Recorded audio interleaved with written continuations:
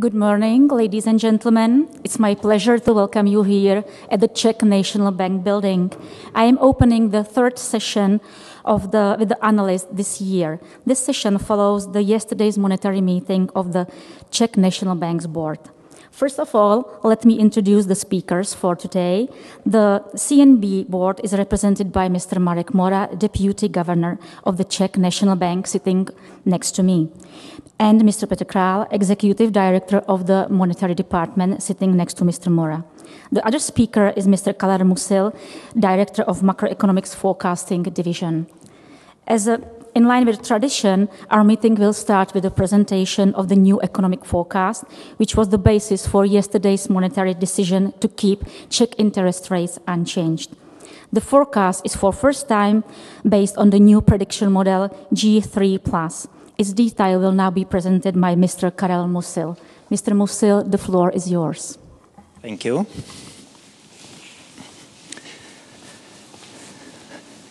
So, good morning, ladies and gentlemen. It's my pleasure to introduce the new Czech National Bank macroeconomic forecast.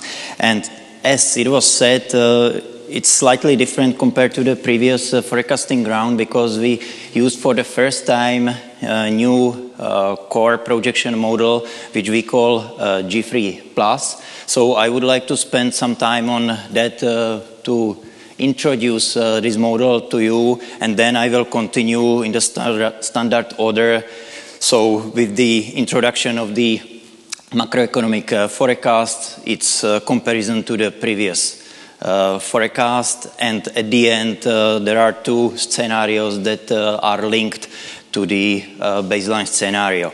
Because of the introduction of the new model and going through two scenarios, my presentation will be slightly longer, but I believe 45 minutes will be sufficient for me to go through that. If something is not clear, then during the Q&A session there will be a space to ask the question about more details. So let's start with the new reintroduction of the new model. So the motivation for the new model was quite simple, because we wanted to have more complex or elaborated sector for the domestic economy, and at the same time we try to improve the forecasting performance of the core projection model.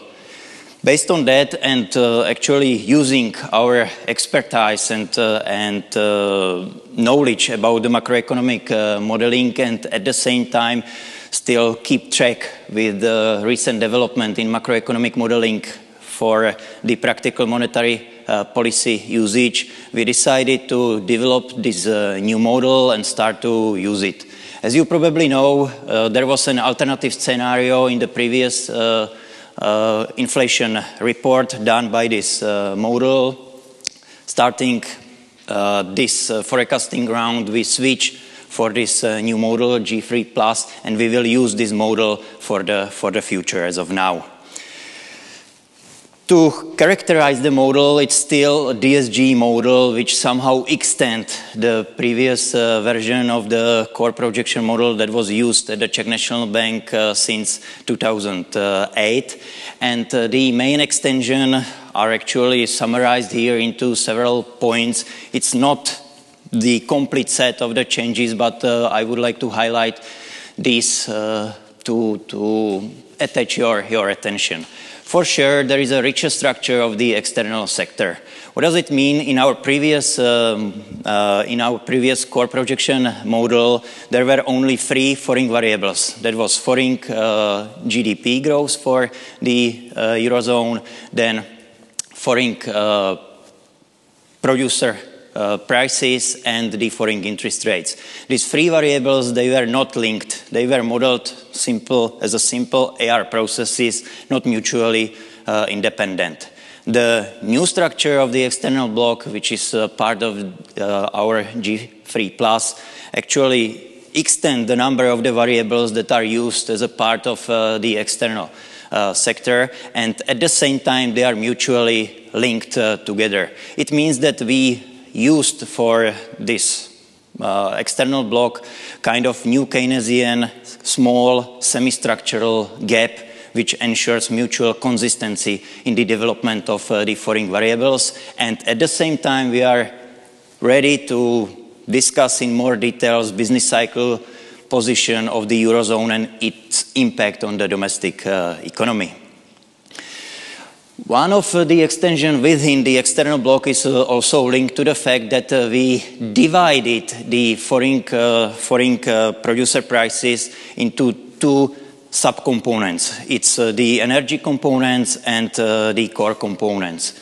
The core components should somehow reflect the fundamental development of the Eurozone, contrary to the energy component or energy prices that are contributing to the overall producer prices. And they should somehow reflect the development in industrial or industries that are more linked to the oil or in general energy prices. Actually, this split into two components has a significant consequences and different impact on the domestic economy. In case of increase in energy prices, then this will lead to a more depreciated exchange rate of the Czech crown against the euro because of the worsening terms of trade. Contrary to that, in case that there is an increase in core prices as a part of the producer price index, that will push for the appreciation of the Czech crown because of the improved competitiveness of the Czech exports on the foreign markets. This decomposition actually allows also to extend the domestic part of the price block. And it means that right now there are two types of importers from the foreign economy that's linked to the energy prices and the core component. These two imported types of goods are then together combined with the domestically produced intermediate production, and together it forms the goods or services that are consumed in the domestic economy. As I said previously, because of different reaction of the exchange rate, different impact of the changes in these two components into exchange rate, then there is different reaction also of the inflation for these two types of subcomponents, and actually it implies that there is also a different reaction of the monetary policy to the shock which is coming either from the energy component or from the core component. Another significant change is introduction of two types of households as a part of the domestic economy. The original one that was already in G3, that was the households that are optimizing their behavior and smoothing their consumption over time. This is allowed because of the fact that they have an access to the financial market and they can either save or borrow on the market, and that will ensure that the consumption is somehow smooth throughout the time. Right now, there is second type of the households which was introduced into G3 plus, and this type of households, they do not have an access to the financial market, and actually they consume the whole income that they have in the given period for their consumption. Usually these are labeled something like hand-to-mouth or hand-to-mouth households. This actually helps to improve the forecasting performance of the consumption, or in general the forecasting performance of the model in the area of real economy. Another change that is significantly influencing the projection itself is a new way of working with the exogenous outlook or the outlook of the foreign variables. Still, we are using all the available information that is for us available and incorporated into the model. But this new way or new approach actually uses the fact that the outlook for a long run is probably less reliable, and we try to somehow discount this. So it means for the current decision, we are more relying on the information that is close to the point when I am deciding and discounting the information that is far away in the future. And the last change I would like to highlight is related to the recalibration of some parameters, steady state or long-run equilibria of the model. As you can see, actually there is a recalibration of the growth of foreign economy, the effective Eurozone, which was reduced to 1.6, reflecting the development of the foreign economy after the global crisis. At the same time, reflecting the development of this economy during the recent history or after the global crisis, we reduced quite significantly by 1 percentage points also the equilibrium foreign interest rates. And actually, given the fact that we did not recalibrate it, the domestic variable, so the GDP growth remains the same at 3%. The neutral domestic interest rates again stays at 3% and no change in exchange rate appreciation. The difference coming from the foreign interest rate is captured through the recalibration of the domestic country risk premium. At the same time, there was a recalibration of the equation capturing the behavior of the exchange rate, the UIP condition. By reflecting the recent development, we somehow reduced the forward-lookiness of the equation, and at the same time, we somehow increased the persistency in wage behavior or the persistency in wage Phillips curve. These are the main changes that are introduced to the new model. We try to elaborate on that in more details either through blog or there is a box in the current inflation report. Also, we started to work on the working paper, so the details or technical details will be provided, I hope, soon. If we go further,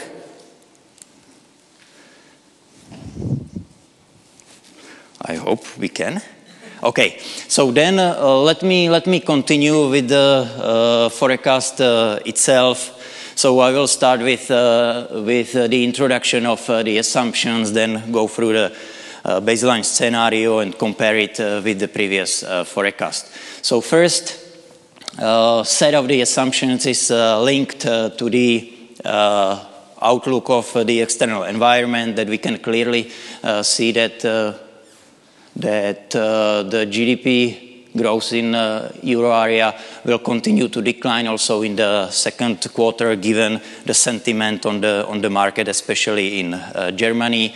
And based on this outlook, the growth should somehow accelerate in the next year.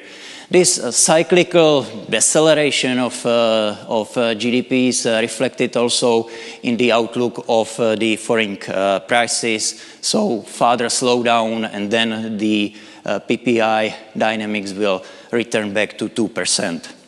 Similar pattern is also valid for the outlook of the consumer prices. However, they will not converge to 2%, which means that there is some reaction of the foreign monetary policy, and there is required loosening of the policy, which is captured through the interest rates that are negative for the whole forecasting horizon.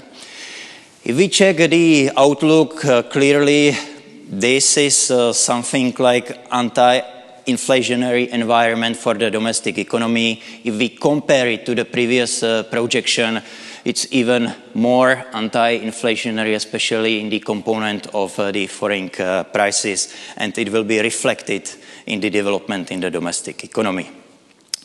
At the beginning, I spoke that there is a richer structure of the foreign prices, and we are able to decompose them into two components. One is core components, and the remaining part is the energy component. Actually, this richer structure allows us to discuss in more detail the development in the euro area, and as we can see here, actually the slowdown in PPI dynamics is actually driven by the negative contribution of the energy components, which somehow reflect the decline in prices of oil. And at the same time, we can also see that there is a lower contribution of the core components. So actually both of these components are contributing to the deceleration of the price dynamics. For the forecast, we simply assume that actually everything is returning to its equilibria, so prices will stay at about 2% with the equilibrium contribution of these two components. The second assumption is related to the fiscal policy part. Here is actually clear that the surplus, as it is now, will gradually decrease, and this is linked to both components of the budget, so measures for the revenues and at the same time expenditure side. What is also important for the projection is the assessment of the fiscal policy stance, and we can see that actually for the current year, expansionary fiscal policy will turn to the neutral stance for 2020 and 2021. The current year fiscal expansion is actually linked to, especially to the consumption, which reflect actually higher than average or usual increase in pensions. At the same time, relatively high growth of government wages, which continues, and part of this impulse is also contributed to the investments of the government, which are linked to the EU funds. If we combine these two assumptions together and use the new model, then we generated the new macroeconomic forecast. So let me go briefly through this part as well. I will start with the price area. And actually here we can clearly see that the inflation actually in the second quarter stays below 3%, the upper band of the inflation target. That was driven mainly by the core inflation, which somehow reflect the previously high inflationary pressures in the domestic economy. At the same time, there is significant contribution of the increase in administrative prices that happened at the beginning of this year.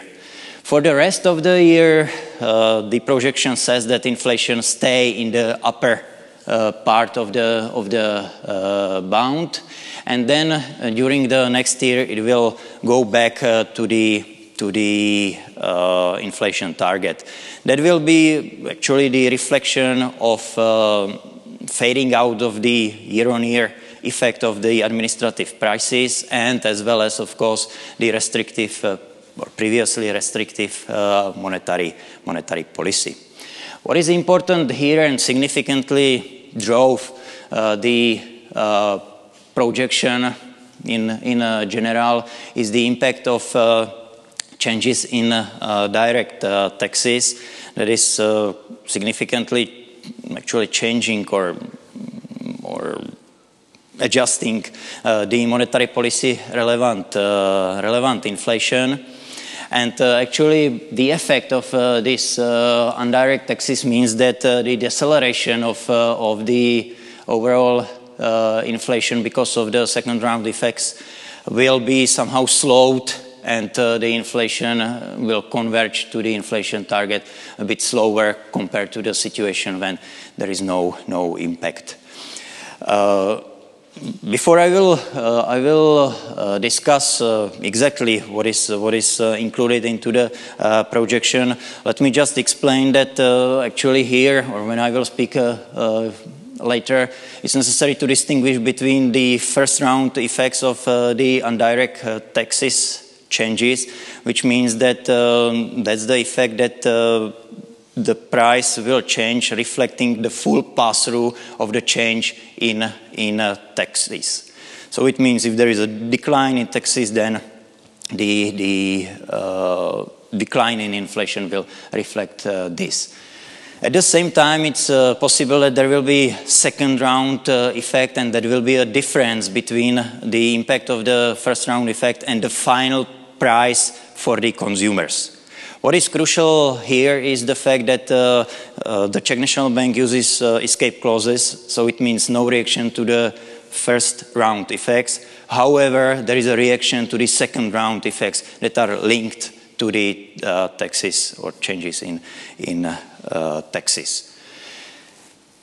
The way or the discussion that we had about the impact of this taxes is captured and summarized in this slide.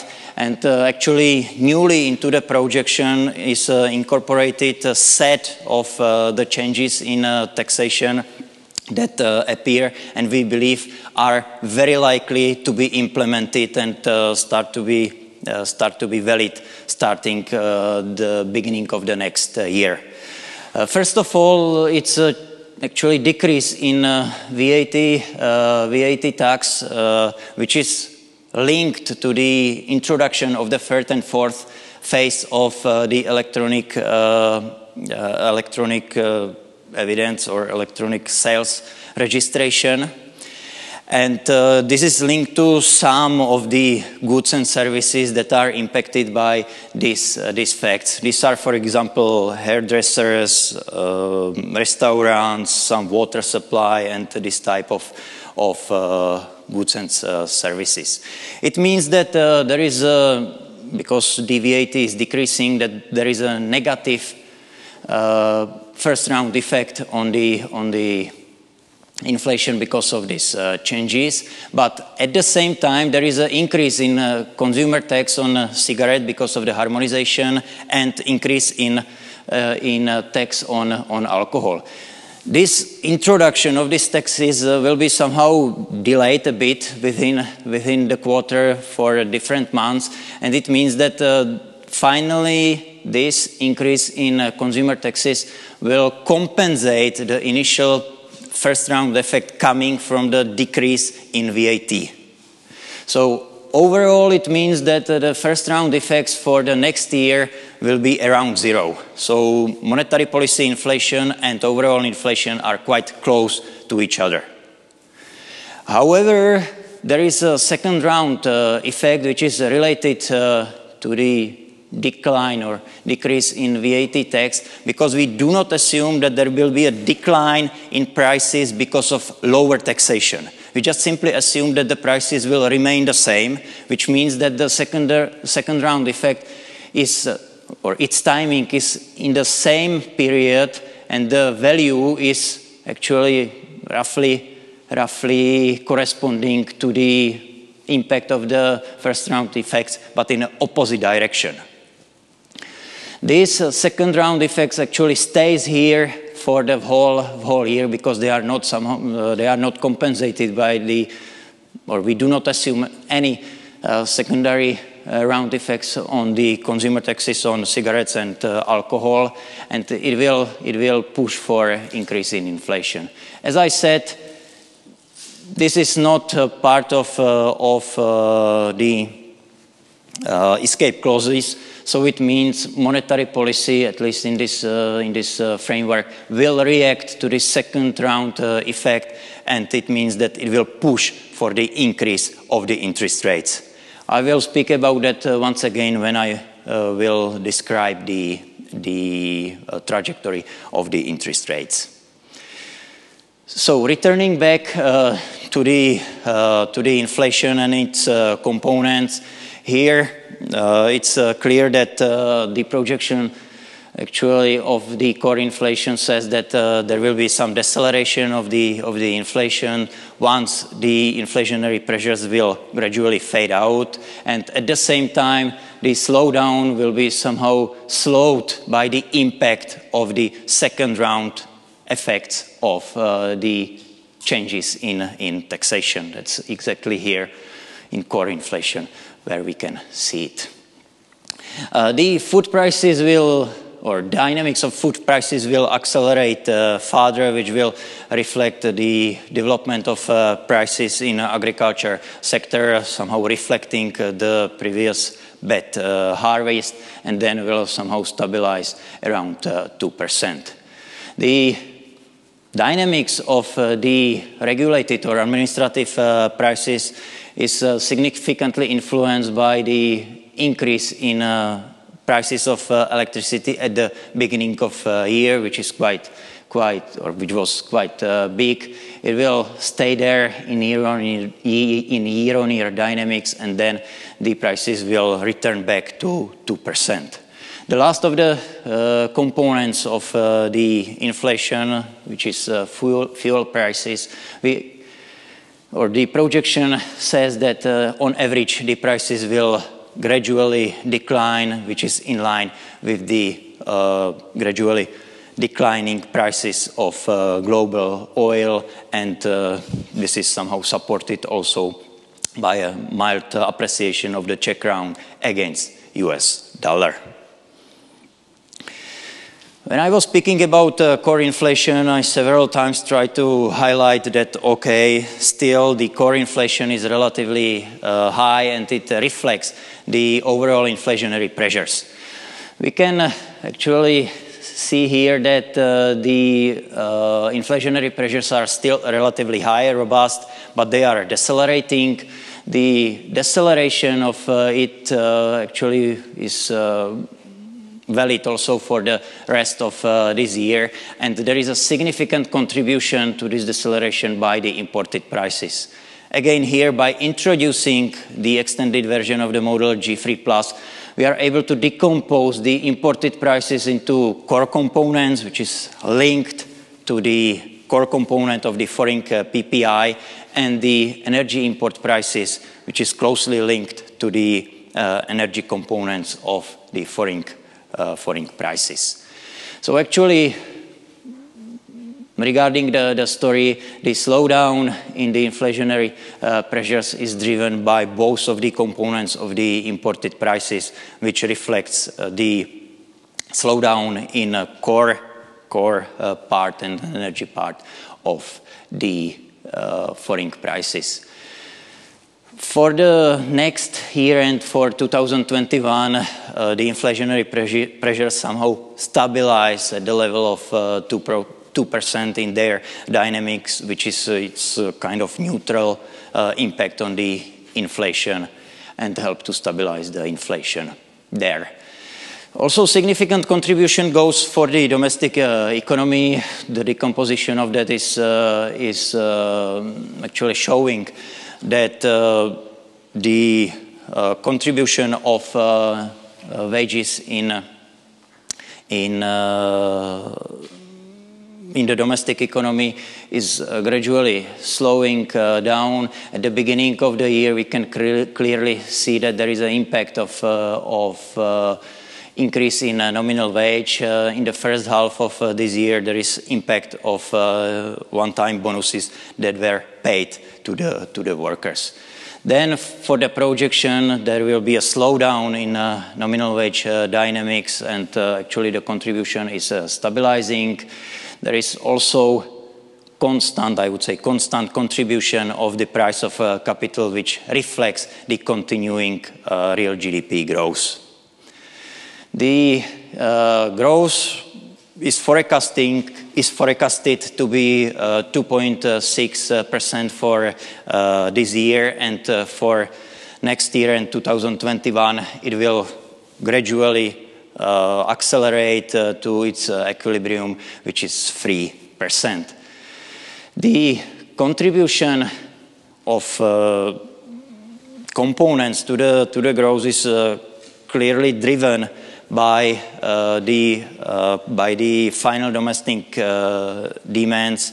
For the whole forecasting horizon, the acceleration in the next year will be also supported by the positive contribution of the net exports, which are contributing this year slightly negatively. This contribution will be reverted and start to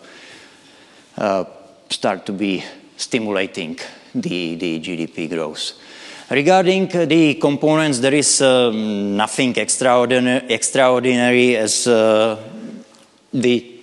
consumption will grow at about 3% over the whole forecasting horizon, which will reflect the situation, especially the situation on the labor market.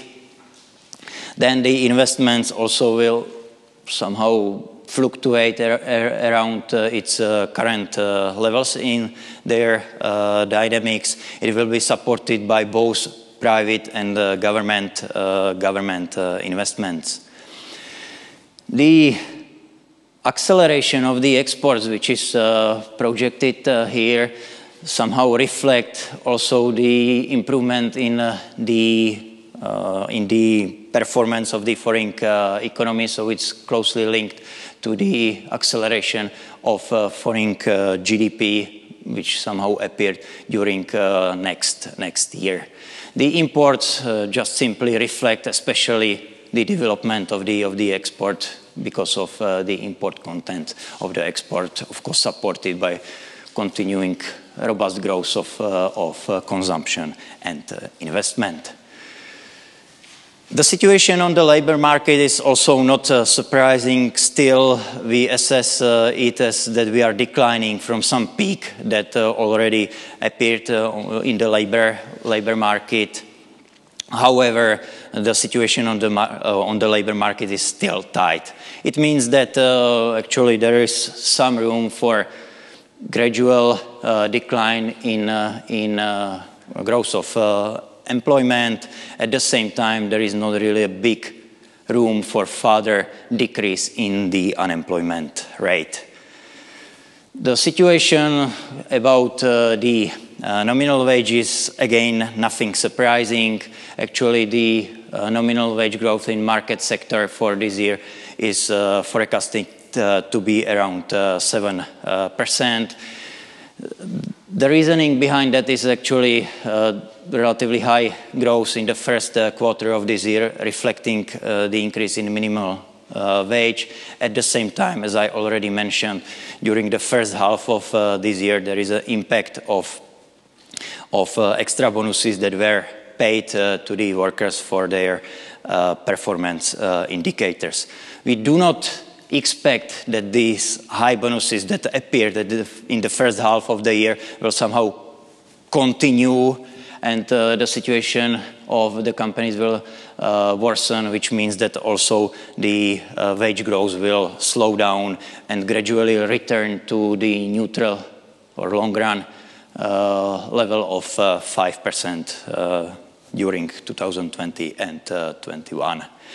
The growth of wages in the government sector is expected to continue at somehow relatively high level also this year, which will together support the total growth to remain relatively high. The last part of the story is linked to the exchange rate and interest rate. So from this picture, actually we can see that the exchange rate was set for the first quarter of the projection at 25.3 crown per euro. Then the projection actually shows that there will be a mild appreciation of the currency, which will be actually driven by the relatively huge positive interest rate differential, and also there is an impact of the convergence of the Czech economy to the developed countries. For this trajectory, it's also valid that we somehow try to reflect judgmentally the development of the currency after the second quarter of 2018 and incorporate this piece of information about the broad stability of the exchange rate also for this projection for this development or trajectory of the exchange rate.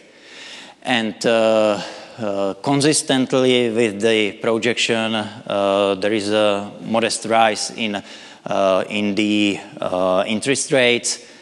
initially, and then it's followed by the decline during 2020. The initial increase of the interest rates in the second half of this year reflects actually still relatively robust domestic inflationary pressures coming from consumption, coming from wages. At the same time, this is this increase somehow reflect also the reaction to the second round effect that appeared in the inflation and pushes the trajectory of the interest rates up. During 2020, there is a decline in the interest rates, which actually reflect the situation or the outlook about the foreign interest rates that still remains relatively highly negative for the whole forecasting horizon. By comparing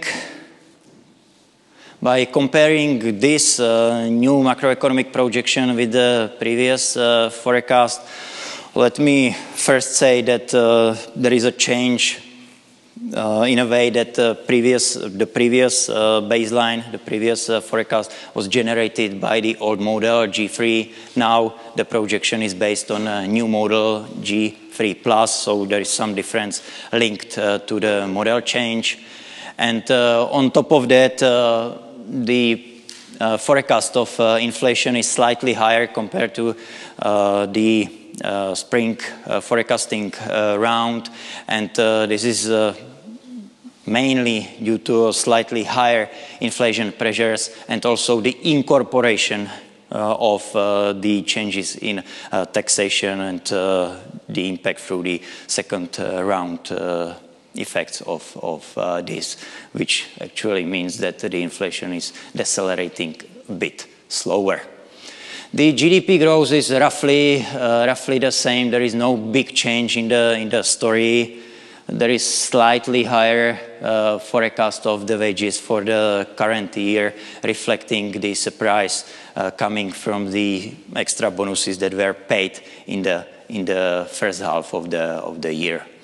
The trajectory of the exchange rate is similar. Actually, the exchange rate of the Czech crown against the euro is slightly more depreciated, and this reflects mainly the setting of the near-term projection for the exchange rate, which is slightly higher, and then for the outlook for 2020.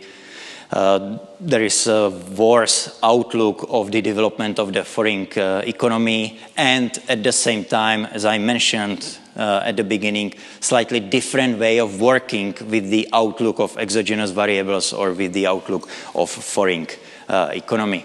If we check the change in interest rates, then the trajectory is quite similar for the rest of this year. So again, there is an increase in interest rates as it was in the previous projection. And then for 2020, there is a slightly higher decline in the interest rates.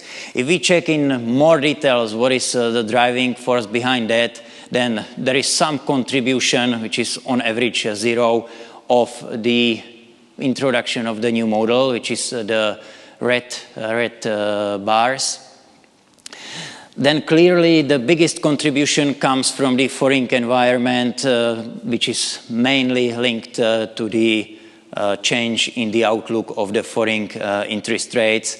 And because of this change outlook, especially for the 2020 and 21, the contribution is quite big here and ensures that there is a higher decline in the interest rates.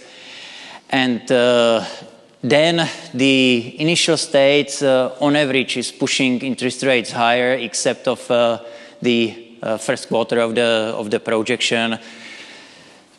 The positive contribution of the initial conditions reflect higher consumption, higher inflationary pressures coming from the domestic economy. However, because of the persistency in the interest rates, there is a negative contribution at the beginning. Once this disappears, then the contribution of initial states is positive.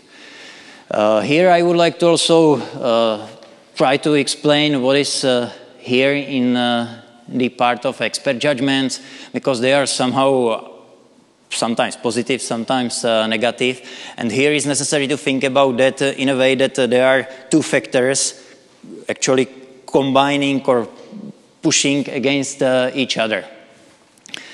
The pressure for higher interest rates, which is part of the expert judgment, is linked to the impact of the second round effects of the changes in taxation. It's the contribution is in the last quarter of this year and at the beginning of this year somewhere around 0.3 or 0.3 for higher interest rates. At the same time, this effect, especially in this period, is completely compensating by the expert judgment for the labor market. And this judgment is linked to the fact that we didn't want to let the model interpret this increase or extra bonuses that appeared in the first half of this year to be propagated further. It's something that is one time. We do not believe that these extra bonuses will be paid in the second half of this year. So we actually impose a judgment and we reduce the dynamics of the development of nominal wages to be lower. This effect is contributing or pushing interest rates down, and together with the impact of the taxes, together it means that these expert judgments are quite small. At the end, let me introduce two scenarios that we generated. The first one is the alternative scenario, which was prepared by using model G3. This is not a scenario to capture some uncertainty or riskiness of the baseline. We just simply try to compare what is the projection of the new model and the previous one, what are the differences. We use exactly the same set of the assumptions and check what is the difference.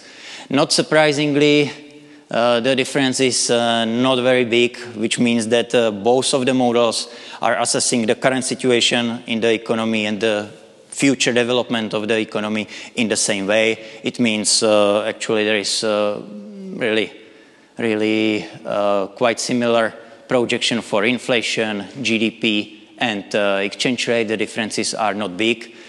In case of the interest rates, there is a difference, especially in 2021, which is visible before. The trajectories are also quite similar. And this difference is linked mainly to the fact that we are using new way of incorporating external assumptions or external outlook, which means that in the new alternative, in the baseline, the information about the normalization of the foreign interest rates is coming by part, not as a whole expected trajectory. And the last scenario, this is a sensitivity scenario which should really capture the uncertainty or riskiness of the baseline. And the discussion was about the outlook of the foreign development. So based on this discussion, we generated a scenario where we assume that there is a slowdown in the real economy development in the Eurozone. As I said, this is a scenario that describes that the growth of a foreign economy is half of that in the baseline. So do not think about that as a second most likely development of the external variables or foreign economies. It's really just to check what is the sensitivity if the growth is lower by half. And based on this, actually we can see that the growth in the effective euro area will decelerate during the next year below 1%. This is consistently linked to the fact that also there is a lower pressure on the prices, so also the inflation remains slightly lower. And at the same time, there is a reaction of the monetary policy for further loosening to fight against this unfavorable development. And because already in the baseline the interest rates are negative, then the delivery of this additional loosening of the monetary policy is assumed to be delivered through the combination of conventional and unconventional measures. Actually, here you can see that the magnitude or the magnitude of the loosening is somehow similar to the loosening of the monetary policy that was during the quantitative easing of the European Central Bank. So it's possible to think about this trajectory as a somehow shadow rate for the 3 months Eurolibor. Then the impact on the domestic economy is quite clear that through the low growth of the foreign GDP, there is a direct impact on exports, which means that there is a deceleration of growth in real economy. At the same time, worse exports are pushing through the BOP channel for the nominal exchange rate depreciation, which finally means that the exchange rate remains stable about 25.3 crown per euro for the whole outlook. This more depreciated exchange rate is pushing through the import inflation for additional inflationary pressures. However, these are eliminating by the lower inflationary pressures coming from the domestic economy, which finally means that there is more accommodative monetary policy. Indeed, it means that there is broad stability at the beginning and then pressure for decline in the interest rate, which is higher than it's captured in the baseline scenario.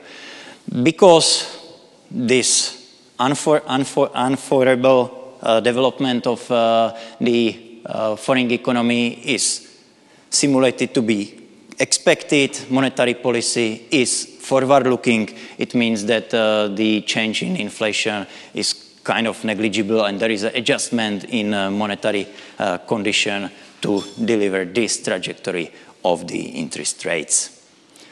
So that's everything from my side, and thank you for your attention. Thank you, Mr. Musil, for your presentation. Now it's time for your question. Before we move to the debate, I would like to ask you to introduce yourself and your institution before you ask a question. So, well, it's time for the first question. Yes, please. Thank you, Minčić, the Czech Chamber of Commerce.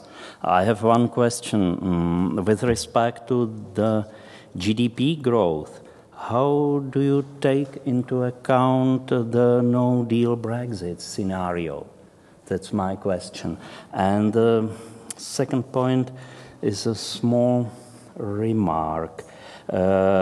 As the exchange rate forecast is concerned, the envisaged movement to weaker levels seems to be very disputable. I think you overestimate the influence of the positive interest rate differential. Thank you so much. Yeah, and I saw Mr. Seidler wanted to also ask a question. Jakub Seidler, NG Bank. Thank you for presentation. I have just a question regarding the GDP growth in next year, when the new forecast is showing a little bit higher figure, despite the fact that consensus forecast regarding the effective Eurozone was revised slightly downwards to 1.5 from 1.6, as I assume from yesterday's presentation. And also, in this kind of perspective, the export growth back to 6% seems relatively strong next year. So I wanted to ask what actually is behind this relatively optimistic scenario for the next year in terms of foreign trade. Thank you very much. Yeah, and the third question from Mrs. Horska. Also, thank you for your presentation, and I will follow the question of Jakub Seidler because of relatively optimistic economic outlook for next year. I would like know the opinion of the board members. What you see as a risk of your forecast, the key risk of your very optimistic forecast? Thank you.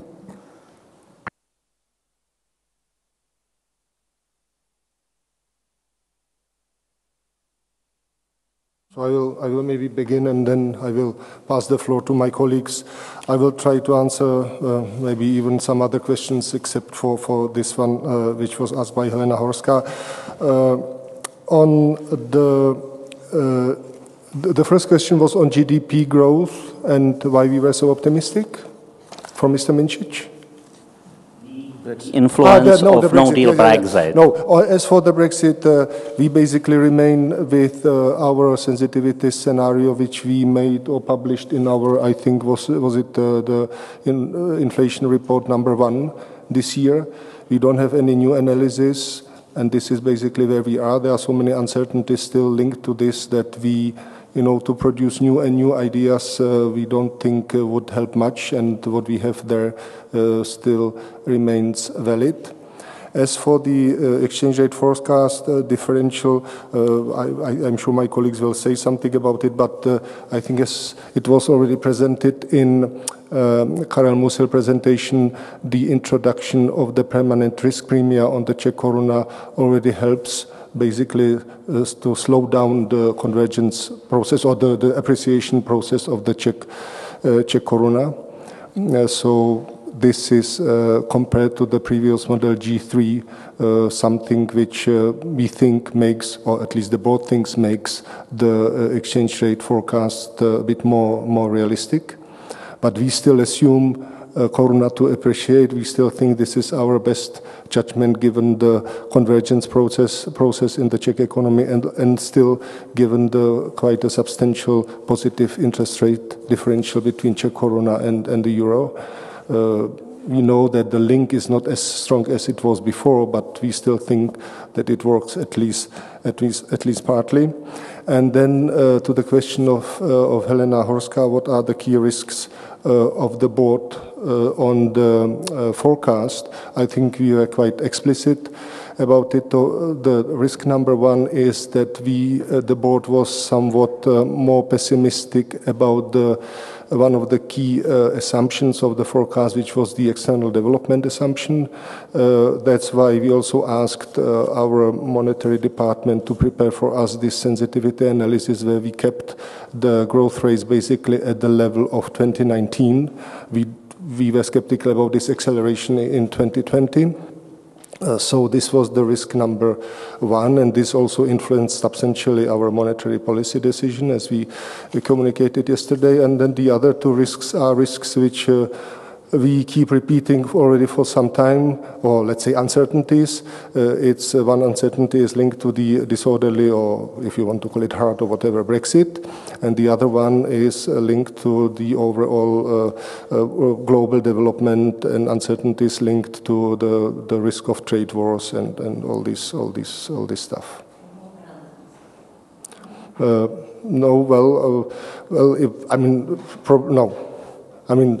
Various members of the board had maybe some partial issues as well, but the board as such expressed these major risks.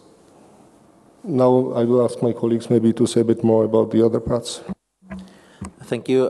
I can start with confirming that the no-deal Brexit scenario is outside the baseline scenario of the Czech National Bank's current forecast, and as the development in this sphere is evolving all the time, we will just be closely monitoring the things going in the UK, and if necessary, we will adjust our forecast during the autumn forecasting round. around. As for the influence of interest rate differential in the exchange rate forecast, I would like just to remind you of two things. During previous forecast rounds, we adjusted our UIP condition, which is the equation describing the exchange rate development, by increasing the persistent part of counter risk premium to reflect better the rigidity or the persistence of the exchange rate observed since spring last year, when the emerging market economies were hit by some change of global sentiment of investors.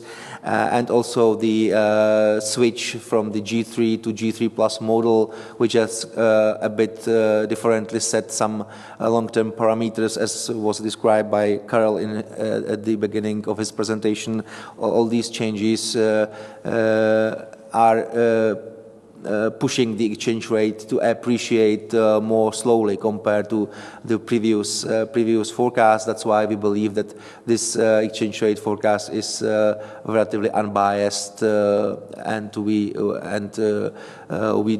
from that point of view, we cannot see major risks from this particular variable. As for the Jakub Seidler's question on GDP acceleration in 2020, this is primarily driven by the acceleration of GDP growth in the effective euro area, which was, as you correctly mentioned, was somewhat revised somewhat to the downward. But there is still some year-on-year acceleration in the euro area effective growth in 2020 compared to this year, despite this downward revision compared to the previous forecast. And this acceleration of GDP growth will be driving our export performance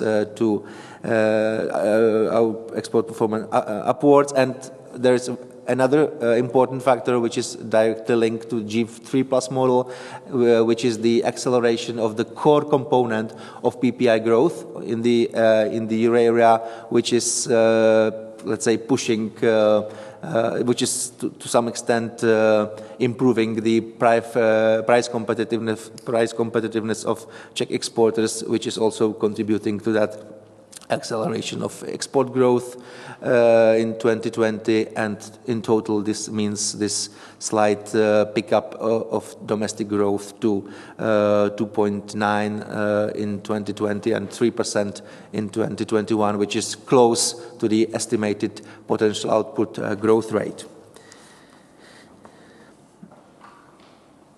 Yeah, that's for now. Is it all? Next question, please. Yes, Mr. from Citibank. Jaromír Šindel, Citibank. I have two questions. You show us the shadow 3 months Euribor rate in the alternative scenario, and I would like to ask you what is your assumptions about the potential ECB APP program? What the size is assumed in this alternative scenario? And the second question is, frankly, I haven't get this distinction between indirect taxes impact on the CPI versus the secondary impact in the core CPI.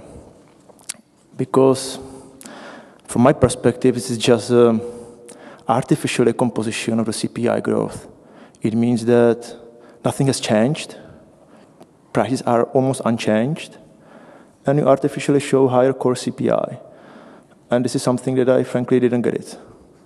Why to do it? What is the, let's say, pros and cons of these steps, let's say, for the monetary policy? I don't understand it, frankly. I don't understand it, simply. Because for me, it's quite big. It's an impact on the core CPI in 2020, 0.3 percentage points. I don't understand it. So I would like to explain, if possible. Thank you. Next question. If not, we can start to answer. I would like to stress again that this is not alternative scenario, but sensitivity scenario regarding the foreign outlook. And in this scenario, the response of foreign monetary policy is driven by the model used for simulating this scenario, which is NIGEM with combination with the external block of our new G3+ model. And the implied trajectory of foreign interest rates is, let's say, a model outcome of this type of scenario. So the actual composition of ECB's monetary policy is not explicitly specified within this scenario.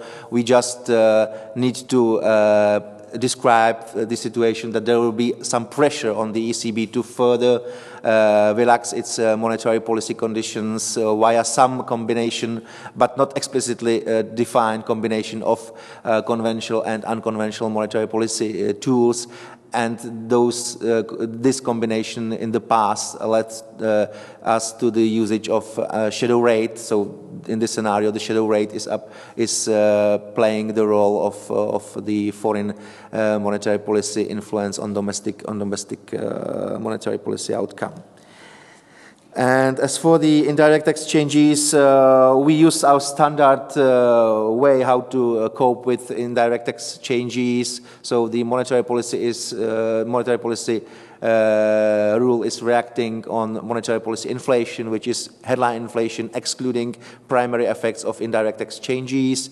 So if there is some increase in, for example, excise duties on cigarettes, and we expect that this excise duties will be fully transmitted into the prices, the headline inflation will go up, but the monetary policy inflation will stay unchanged, so there is no need to react on that.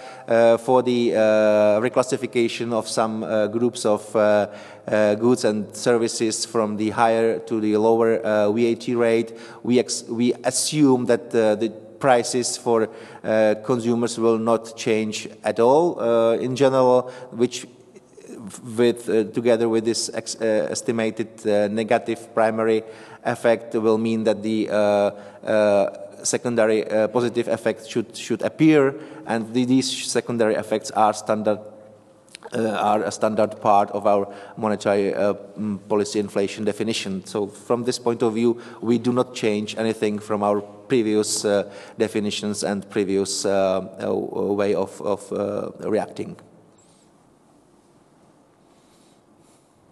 Thank you, Mr. Král. There will be a box, there is a box released on this topic in our inflation report, and exactly the box on this topic and together with the box on G3+ switch is available already from today's morning, as we do standard pre-release of boxes together with the summary of inflation report and with the table of key macroeconomic indicators. Thank you, Mr. Král. The next question, please. Yes, Mr. Sobíšek. Pavel Sobíšek, Unicredit Bank. I would like to ask you to elaborate a little bit about the forecast on the production side of GDP, especially the breakdown between inputs of industry and the rest of the economy. And obviously, I'm asking because because I would be interested in how you capture the situation on the PMI indices, which are falling sharply, and whether you believe that the industry will keep rising despite of that, or whether there's some other assumptions behind that. Thank you. Mrs. Horská wanted to ask. No, sorry. Some question? No. I'm sorry, I didn't see you, Mr. Seidler. Maybe I would just follow a little bit question about this VAT changes. Can you a little bit more described what are the concrete percentage points of VAT changes from cigarettes and alcoholic beverages and the other one stemming from the electronic evidence of sales? Thank you very much.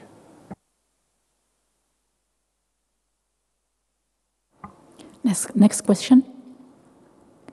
Is for all for that round.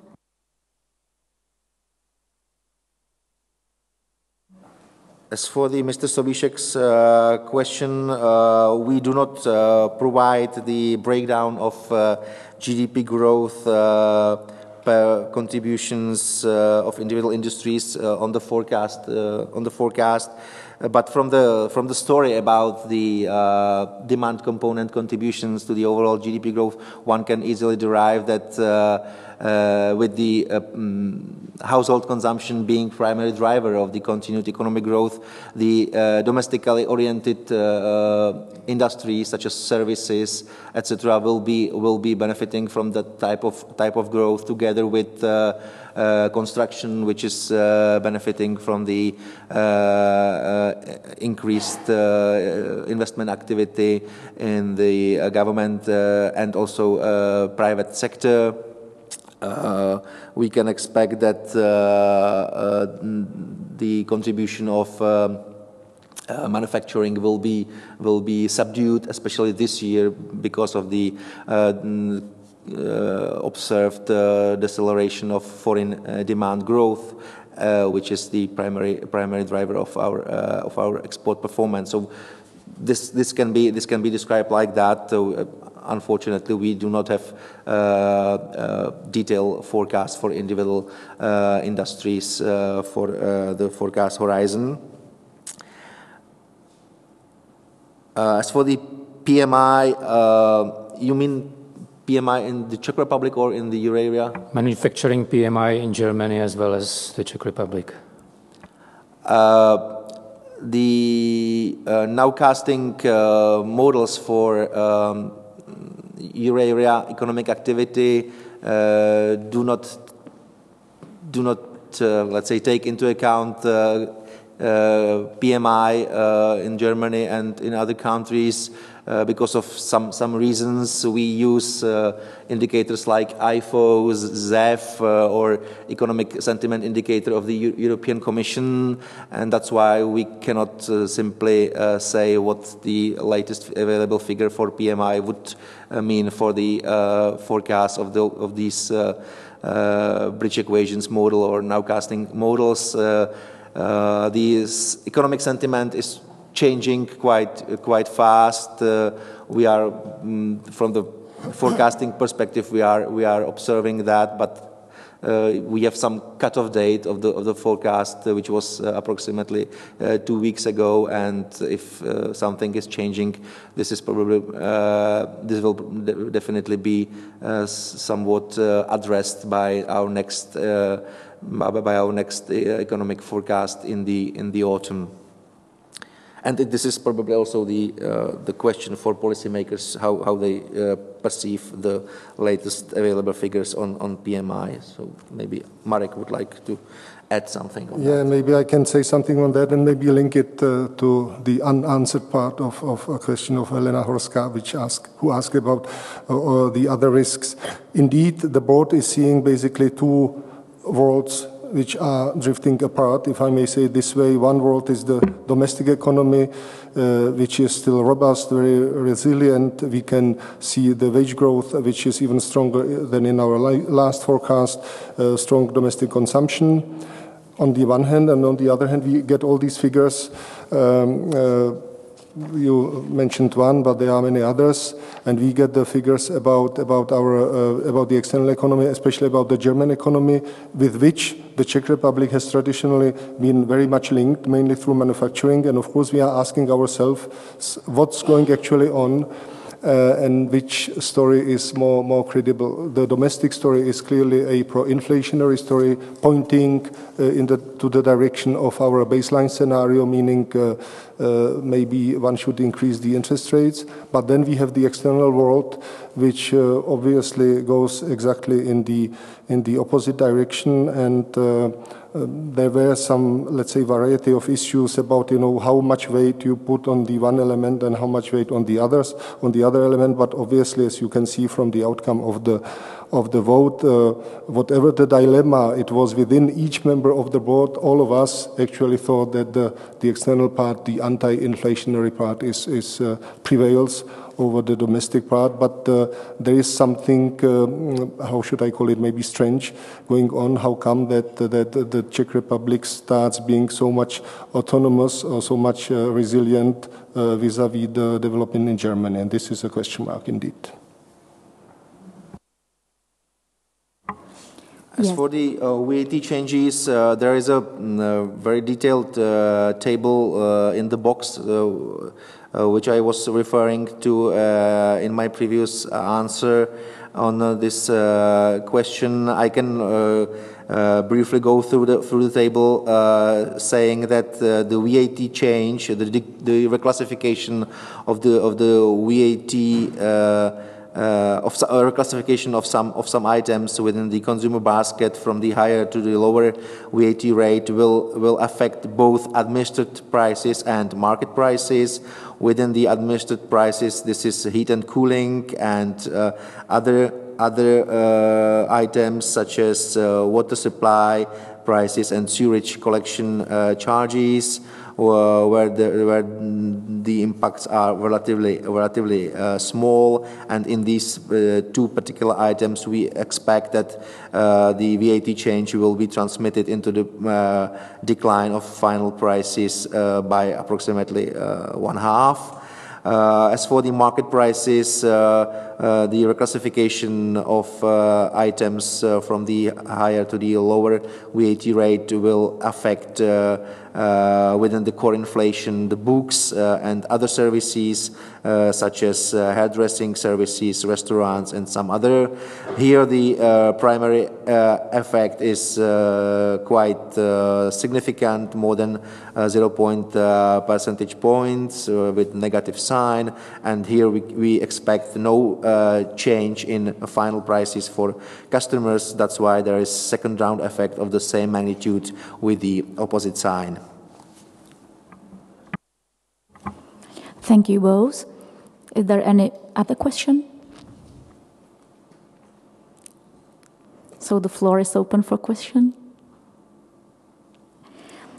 If I don't see the next question, it's time to end this meeting. So let me thanks to all the speakers and also thank to you for coming and participate in our discussion. So see you in November and wish you nice time, nice rest of the holiday. Goodbye.